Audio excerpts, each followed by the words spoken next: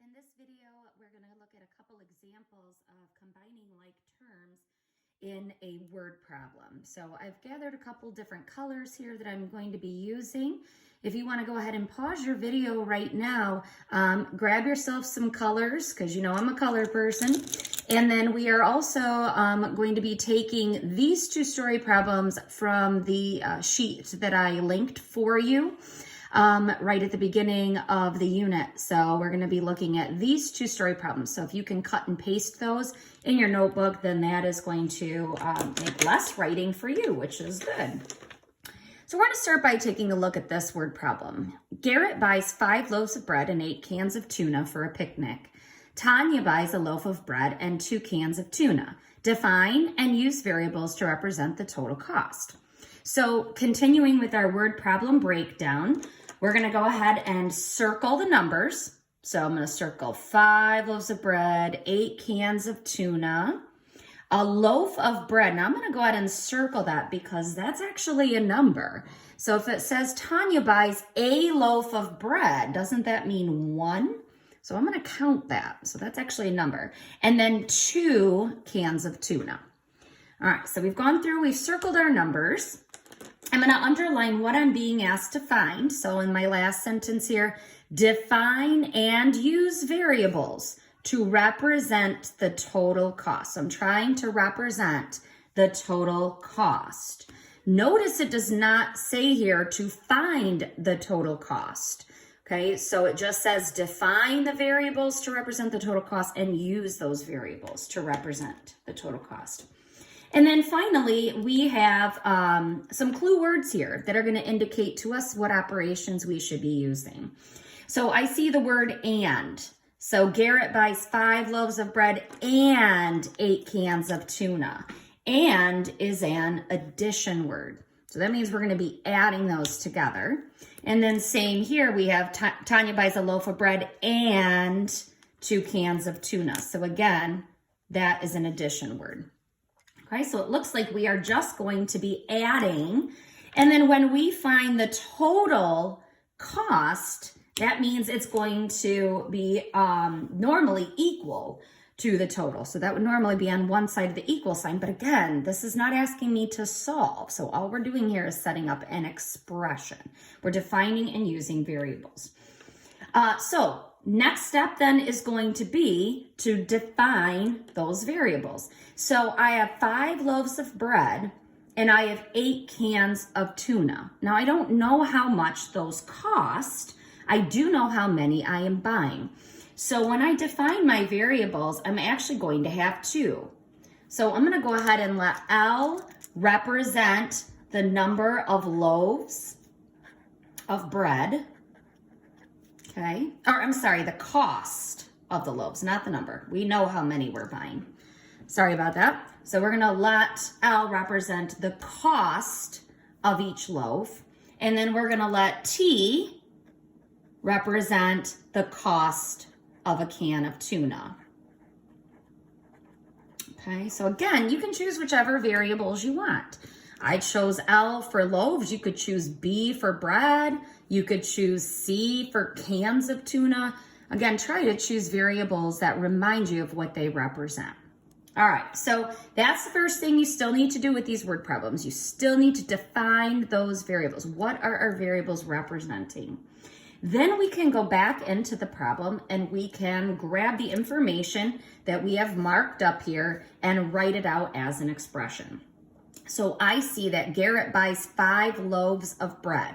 So how can I represent the cost of 5 loaves of bread? If I let L represent the cost of 1 loaf, then 5 times L would represent the cost of 5 loaves of bread. So 5 times the cost of 1 loaf would give me the cost of 5 loaves.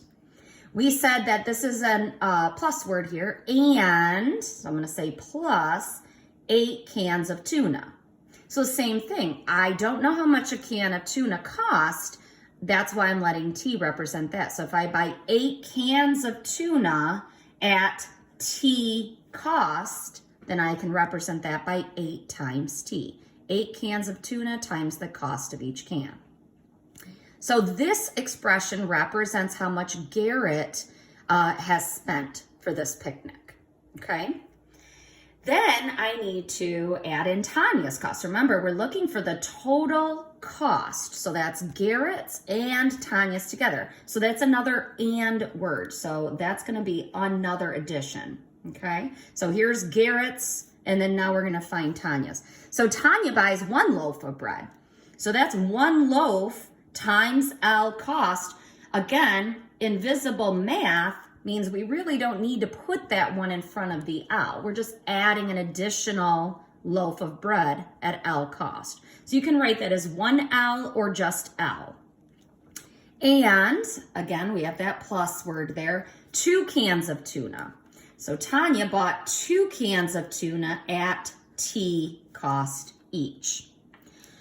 And so this expression here represents how much Garrett and Tanya both spent together for this picnic. Now notice we don't have an equal sign here. Nowhere in the problem is it giving us the total cost. Okay, so we can't set it equal to anything. We're not actually going to be able to find the cost of a loaf of bread or the cost of a can of tuna because we don't have that information in the problem. All it says is define and use variables to represent the total cost. So this is our expression to represent the total cost. So at this point, we can get some like terms together. So I see here, remember we learned in the last video that like terms have the same variable part. Okay, so I'm gonna get all of my loaves of bread together, all of my L's. So I've got a 5L here, I'm gonna highlight in red, and then I'm gonna combine it with this 1L here. So I'm gonna get my loaves of bread together. And then in a different color, I'm gonna get my cans of tuna because those are like terms. Okay, so I'm gonna gather my cans of tuna together in another color. And then I can go ahead and simplify this by combining those like terms. So what I'll have then, 5L, 5 loaves, plus another loaf, well that gives me 6 loaves.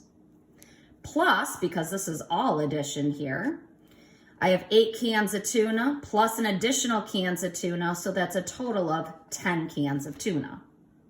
So this is going to be our simplified expression. And I can't do anything more with this problem than this, 6L plus 10T. Because again, I'm not given a total cost, so I can't solve for anything. If they did tell us, well, a loaf of bread costs, $1.99 and a can of tuna costs 99 cents, we could substitute those values in for the variables and then we could actually find the total cost. We're not given that information, so this is the most we can simplify here. So your answer would be 6L plus 10T. So that's using variables to represent the total cost for this picnic. Let's take a look at another example. In one trip to a hardware store, you buy 16 boards, 2 boxes of nails, and a hammer. On a second trip, you buy 10 more boards and a box of nails.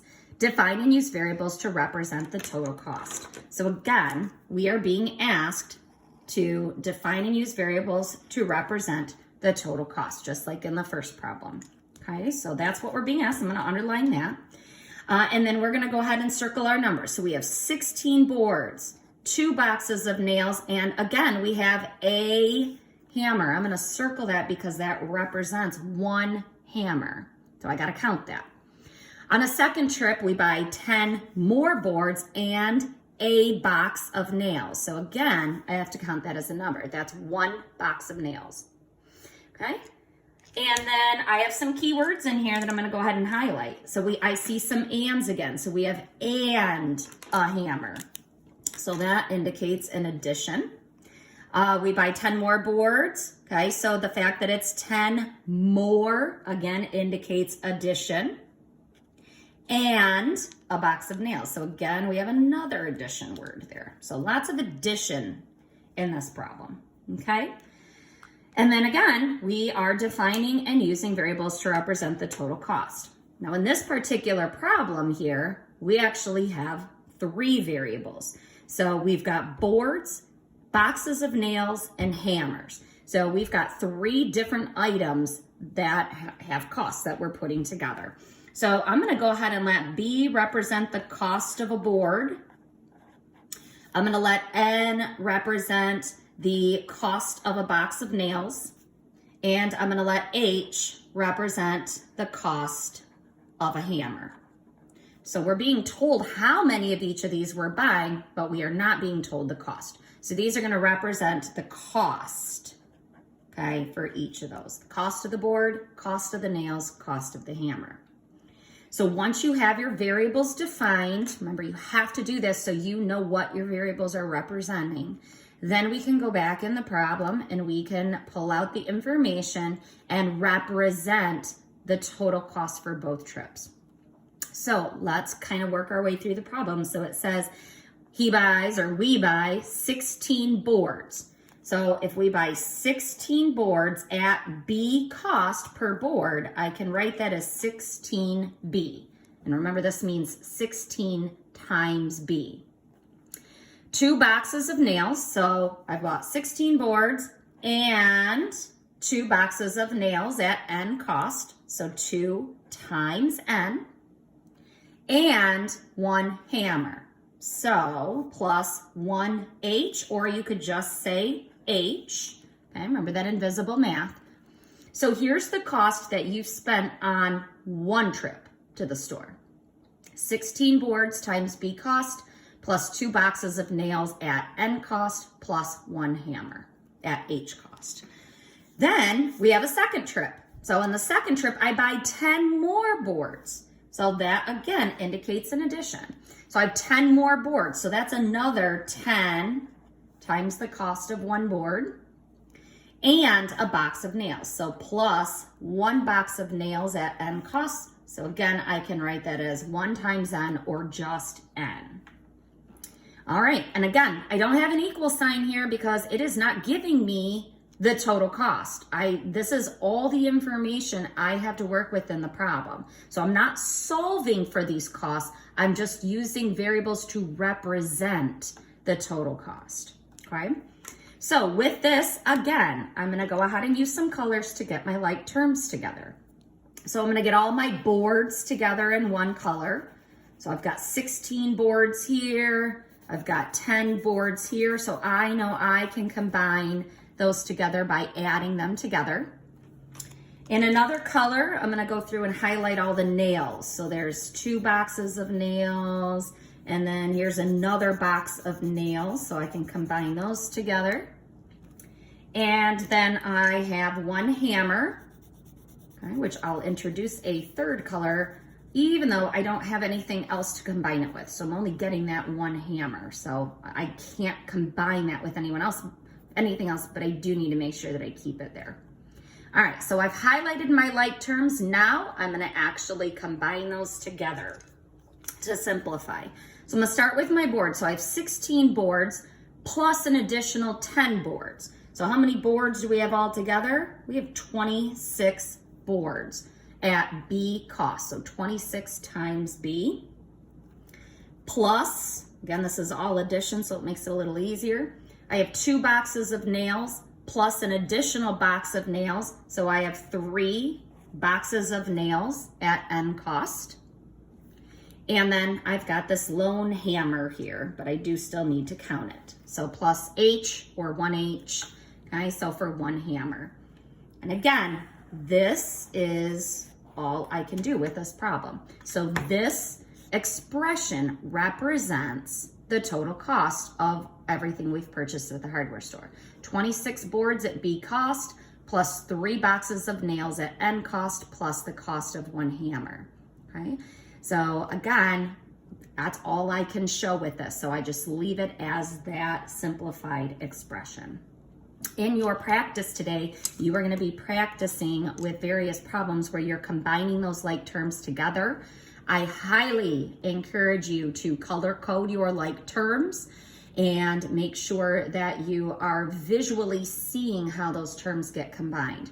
Remember, if there is a minus sign in front of a term, rewrite it as adding the opposite, just like we looked at in the last video. That way you make sure you know that negative goes with that term. So review that last video if you need to go back over those negatives.